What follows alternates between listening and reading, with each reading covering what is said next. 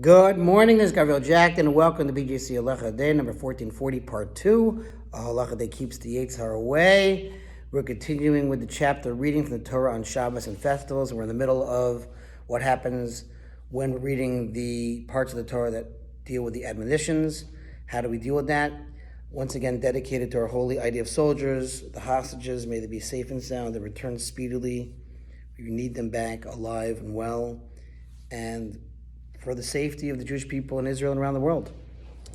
Similarly, the retributions recorded in Parshas Bechukosai and Parshas Kisavo are read in a subdued voice. Not quietly, they can't hear, but in a subdued voice. However, the verse, V'zacharti es brisi Yaakov, I will remember my covenant with Yaakov in Bechukosai, is read in a loud voice. And afterward, the following verse, V'haaretz te'azev, etc., the land will be bereft of them, is read in a subdued voice.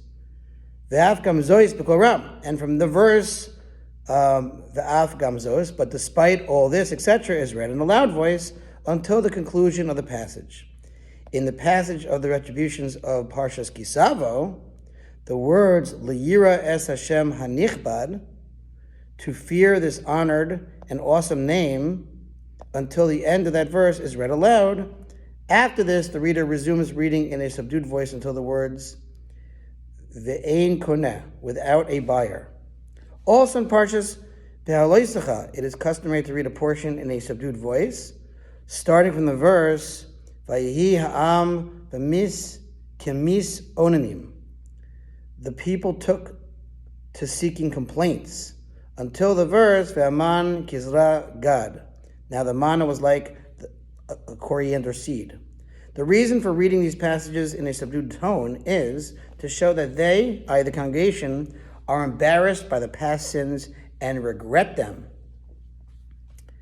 All portions that are read in a subdued voice must be read in a voice that is at least loud enough to be heard by the congregation. For if it is not read this way, the congregants will not have fulfilled their obligation of Torah reading. Regarding the 42 journeys read in Parshas Ve'ela Maseh, one should not stop while reading them to begin a new aliyah. For the reading of the 42 journeys represents the 42 letters, the 42-letter name of Hashem, and that's written by the Magen Avram. That's brought by the Magen Avram. Okay, there you have it, folks.